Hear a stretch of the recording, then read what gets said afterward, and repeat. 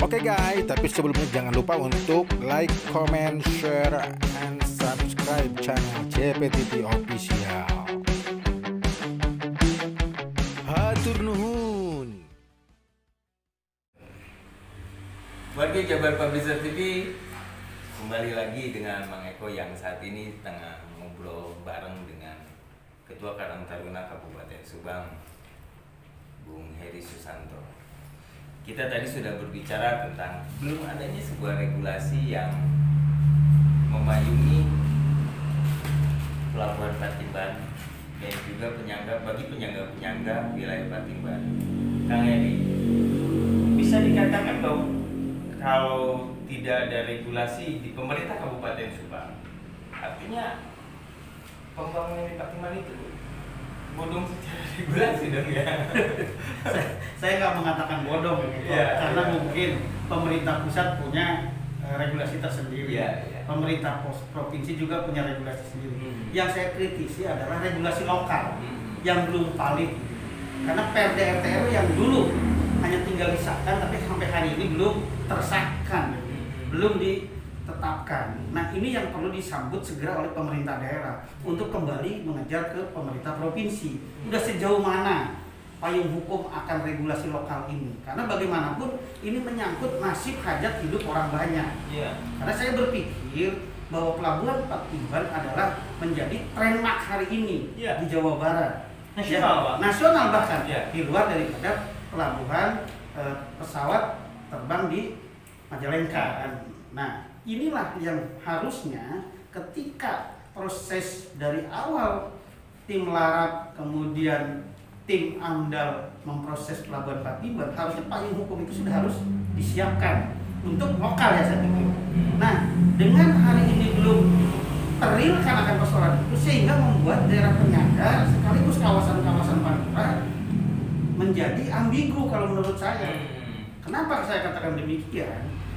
Pembangunan Patimban sebentar lagi mau dioperasionalkan setelah kedatangan gubernur kemarin.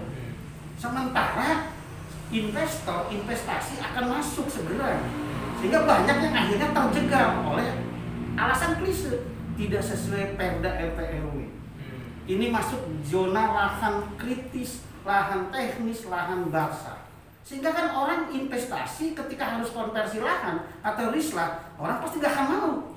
Bayangkan, mau menggunakan lahan 4 hektar untuk industri, tapi harus rislah 2 kali lipat atau konversi lahan 2 kali lipat, orang akan mikir 2 kali. Investor pasti akan lari. Makanya payung hukumnya harusnya dikuatkan. Dengan imbas terhadap belum adanya payung hukum, itu berapa ribu tenaga kerja tuh? Berapa ratus ribu bahkan tenaga kerja yang mungkin saat ini tidak akan terakomodir. Jadi gini, saya melihat kan proses di RT/RW yang lama, bahwa kawasan industri kan terpusat di tengah. Dari mulai Cipendei, kemudian Kalijati, Purwodadi, Cibogo, kemudian Cipunagara, beberapa desa termasuk Pagaden ya. Sehingga hari ini kawasan Taipa juga menjadi trademark juga di Kabupaten Subang, walaupun tidak sedahsyat Patimban. Nah, kalau yang masuk di zona RT/RW yang lama sih no problem saya pikir. Itu tidak jadi masalah. Artinya serapan tenaga kerja sudah bisa dilihat. Begitu puluhan ribu orang kan, Tekwang dan lain-lain. Nah, sekarang Subang yang dulunya terkenal lumbung padi, daerah pertanian, akhirnya dengan Patimban ditetapkan sebagai pelabuhan internasional, otomatis wilayah penyangga kawasan Pantura akan berdampak. Sehingga kalau seandainya payung hukumnya kuat, ada secara regulasi kuat, kemudian industri dibangun di Pantura dengan tetap mempertahankan juga mana kawasan untuk pertanian, mana kawasan yang bisa dibabat untuk menjadi industri, saya yakin puluhan ribu tenaga kerja bisa terserap di lokal di sana. Artinya apa? Bahwa Pantura di luar daripada isu pemekaran ya, saya pikir, di luar daripada isu pemekaran akan menjadi sebuah kawasan baru industri, kawasan baru perubahan menjadi kota modern.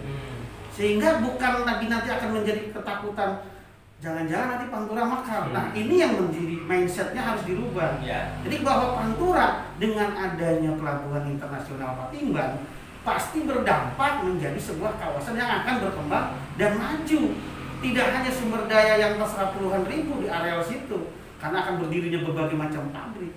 Nah, puluhan ribu tenaga kerja lokal bisa akan nanti diserap di situ. Oke, sekarang itu kita bertanya tentang kesiapannya. Kalau nanti kita ibaratkan bahwa kita berangan-angan bahwa dalam waktu 1-2 bulan atau akhir tahun ini Perda RT RW diketok palu bisa ada kan gitu ya. Kesiapan calon tenaga kerjanya sendiri sudah ada belum? Nah, inilah tugas kami sebagai organisasi yang ada di bawah, dalam hal ini Karang Taruna di tingkatan lokal ada di desa. Kemudian bisa istilahnya menjadi mediator untuk menyiapkan tenaga-tenaga kerja handal. Contoh, bekerja sama dengan BLK, Pusnaker Trans, melakukan pelatihan pengelasan, melakukan pelatihan teknik dan lain untuk menyiapkan kesiapan SDM dalam rangka pemenuhan kebutuhan pabrik. Termasuk terakhir kemarin di Taipa, ketika PT Melon sudah groundbreaking, akhirnya kemarin di Snaker Trans berinisiatif menyiapkan 2 desa, Karang Taruna Desa Gembor dengan Karang Taruna Desa Gunung Sembuh untuk berkumpul memusyawarahkan pola rekrutmen tenaga kerja dan menyiapkan sekaligus tenaga-tenaga handal. Nah ini langkah yang juga harus dilakukan apabila industri juga ada di wilayah Pantura. Artinya bahwa kehadiran di Snaker Trans dengan BLK-nya untuk menyiapkan tenaga-tenaga handal, SDM handal untuk mengisi posisi-posisi di kawasan industri itu. Nah peran Karang Taruna disitulah harus hadir bersama dengan BLK dan di Snaker Trans. Tapi peran Karang Taruna akan hadir di sana? Sangat, karena adanya pabrik, adanya industri selalu akhirnya berdirilah bendera itu. Tapi saya pesankan tidak bicara negatifnya ya. Saya bicara nilai-nilai positifnya. Karena kan yang kami ini dengar kadang menjadi calon tenaga kerja, uangnya diambil, orang nggak masuk kerja, akhirnya kan menjadi pungli kan, ditangkaplah sama Polres dan lain-lain. Nah ini yang tentu diminimalisir untuk tidak terjadi itu. Wargi Jabar Publisher TV, kita cukupkan dulu ngobrol dengan Kang Heri Susanto, Ketua Karang Taruna Kabupaten Subang. Kita tadi sudah ngobrol banyak tentang ketenaga kerjaan, tentang peraturan daerah dan lainnya. Kita nanti akan ketemu lagi dengan Kang Heri Susanto berkaitan dengan peran serta Karang Taruna di dalam pembangunan. Kita akan lihat seperti apa sih di masyarakat peran-peran Karang Taruna yang ada di Kabupaten Subang ini. Kita kembali lagi pada acara ngobar yang akan datang. Saya Mang Eko dan Mang Heri Susanto. Wallahul muwaffiq ila aqwamit thoriq. Wassalamualaikum warahmatullahi wabarakatuh. Assalamualaikum warahmatullahi wabarakatuh. Saya Haji Narsa Sukanda, Ketua DPRD Kabupaten Subang. Jangan lupa komentar, like dan subscribe channel JPTV Official untuk informasi DPRD Kabupaten Subang. Terima kasih. Assalamualaikum warahmatullahi wabarakatuh.